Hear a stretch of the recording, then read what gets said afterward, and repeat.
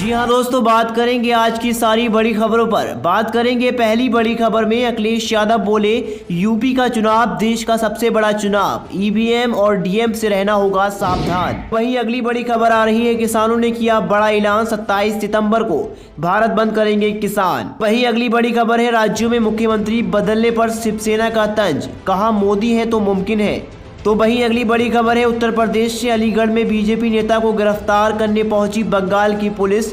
तो बीजेपी कार्यकर्ताओं और बीजेपी नेताओं ने लगाई पुलिस की पिटाई। तो वहीं अगली बड़ी खबर है, अभिनेता सोनू सूद को लेकर 20 करोड़ से ज्यादा की टैक्स चोरी में शामिल आयकर विभाग ने किया बड़ा खुलासा। बताएंगे सारी खबर विस्तार से। उससे पहले बता दें आपको, अगर हमारी खबर पसंद आए तो वीडियो को लाइक करें, चैनल को सब्सक्राइब करने के बाद इस घंटी को दबाना बिल्कुल ना भूलें। बढ़ते हैं पहली बड़ी खबर में, समाजवादी पार्टी के अध्यक्ष अखिलेश यादव ने कहा है कि यूपी का चुनाव देश का सबसे बड़ा चुनाव होगा। अखिलेश ने कार्यकर्ताओं को ईवीएम और डीएम से अलर्ट रहने की अपील की है। अखिलेश ने आरोप लगाया है कि बिहार में ईवीएम और डीएम ने बेईमानी की और बंगाल में सही जवाब मिला।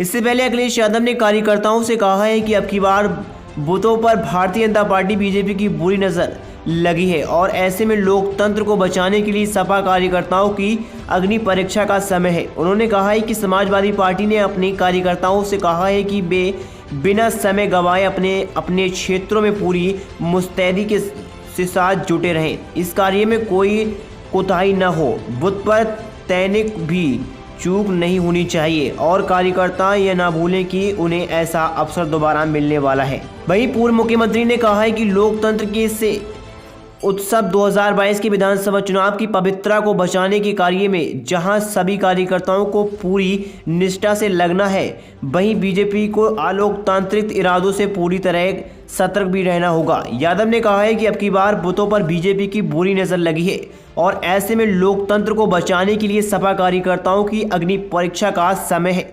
उन्होंने कहा है कि सपा इस संबंध में पुख्ता रणनीति बना रही है ताकि बीजेपी जनता को धोखा न दे सके।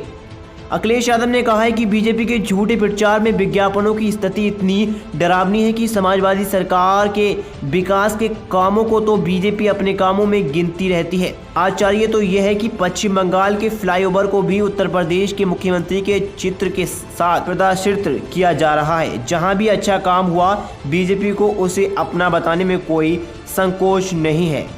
बढ़ते हैं दूसरी बड़ी खबर में, तीनों नए कृषि कानून को पारित आज के दिन 1 साल पूरा हो गया है। किसान इन कानूनों के खिलाफ करीब 1 साल से प्रदर्शन कर रहे हैं। दिल्ली की सीमाओं पर देश भर के किसानों ने डेरा डाल रखा है। वहीं अलग अलग राज्यों में भी किसान जगह जगह विरोध प्रदर्शन कर रहे हैं। संयुक्त किसान मोर्चे ने 27 सितंबर को भारत बंद का ऐलान किया है। संयुक्त किसान मोर्चे के अलावा कई और किसान संगठन भी इस विरोध प्रदर्शन में शामिल है। 27 सितंबर को होने वाले भारत बंद के लिए संयुक्त किसान मोर्चे ने दिशा निर्देश भी जारी किए हैं। मोर्चे ने बताया है कि उस दिन क्या क्या बंद रहेगा और किसे छूट मिलेगी।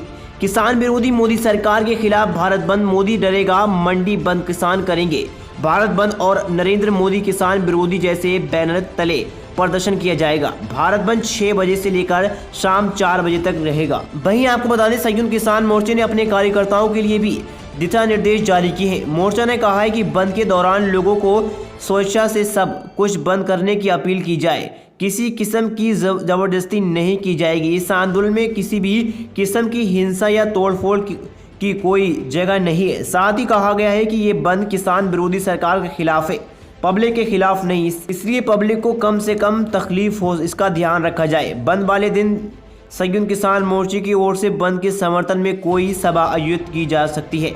मोर्चे के मंच से कोई राजनीति नेता भाषण नहीं देगा। बढ़ते हैं तीसरी बड़ी खबर में, शिवसेना ने अपने मुख्य पत्र सामने का जरिए बीजेपी पर तंज कसा है।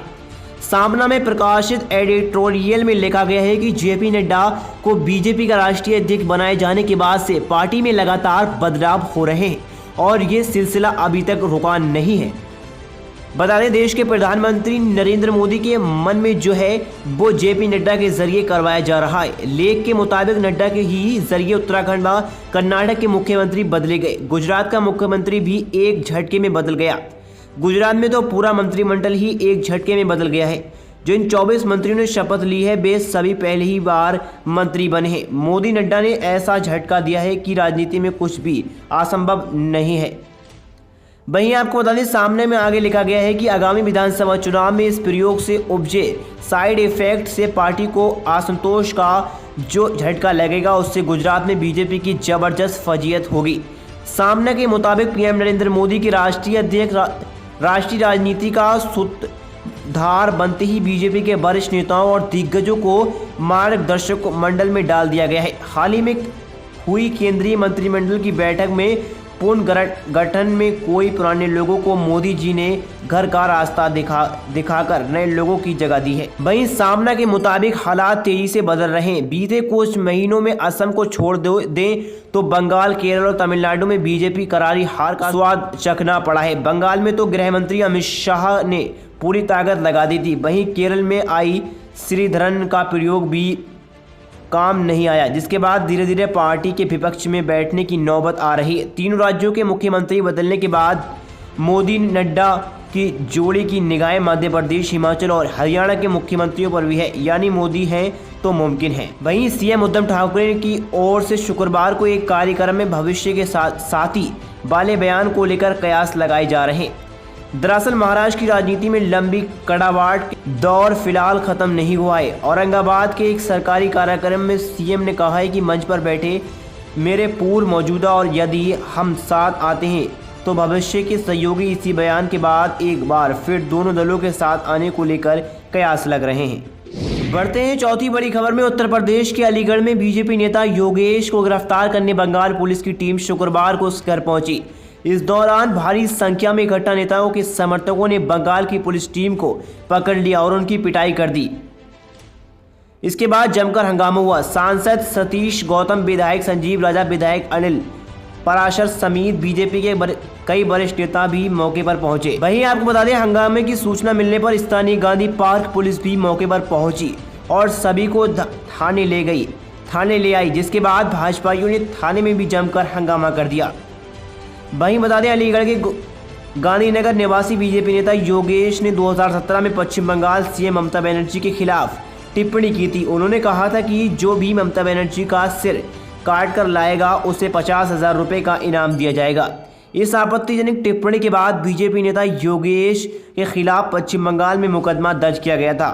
वहीं 2017 की खबर के मुताबिक बीजेपी की युवा इकाई भारतीय जनता युवा मोर्चे के एक सिरफिरे नेता ने पश्चिम बंगाल की मुख्यमंत्री ममता बनर्जी के सिर पर इनाम रखा है। यूपी के अलीगढ़ में बीजेपी के युवा मोर्चा के नेता योगेश ने ममता का सिर काट कर लाने वाली को 11 लाख रुपए का नगद इनाम देने की घोषणा की है। दरअसल हनुमान जयंती के अवसर पर पश्चिम बंगाल के बीरभूम में कुछ लोग मिलकर रैली निकाल रहे थे। रैली में जय श्री राम के नारे भी लगाए जा रहे थे। बढ़ते हैं पांचवी बड़ी खबर में। अभिनेता सोनू सूद पर आयकर विभाग के छापे के बाद केंद्रीय प्रत्यक्ष बोर्ड यानी CBDT ने कहा है कि उनके खिलाफ 20 करोड़ रुपए से ज़्यादा की टैक्स चोरी का मामला सामने आया है। CBDT ने कहा है कि अभिनेता और उनके सहयोगियों के परिसरों की तलाशी के दौरान कार चोरी से संबंधित आपत्तिजनक सच्चे मिले हैं। CBDT ने कहा है कि अभिनेता ने फर्जी संस्थाओं से फर्जी और असुरक्षित ऋण के रूप में बेहिसाब पैसा जमा किया थे। वहीं बता दें आयकर विभाग ने कहा है कि सूद ने FCRA कानून का उल्लंघन करते हुए विदेशी दानदाताओं से एक प्लेटफॉर्म का उपयोग कर 2 करोड़ रुपए जुटाए हैं। वहीं बता दें CBDT ने कहा है कि आयकर विभाग ने बम्बई में अभिनेता के विभिन्न परिसरों में और बुनियादी ढांचों के विकास में लगे लखनऊ स्थित समूह में छापेमारी और जब्ती अभियान चलाया है।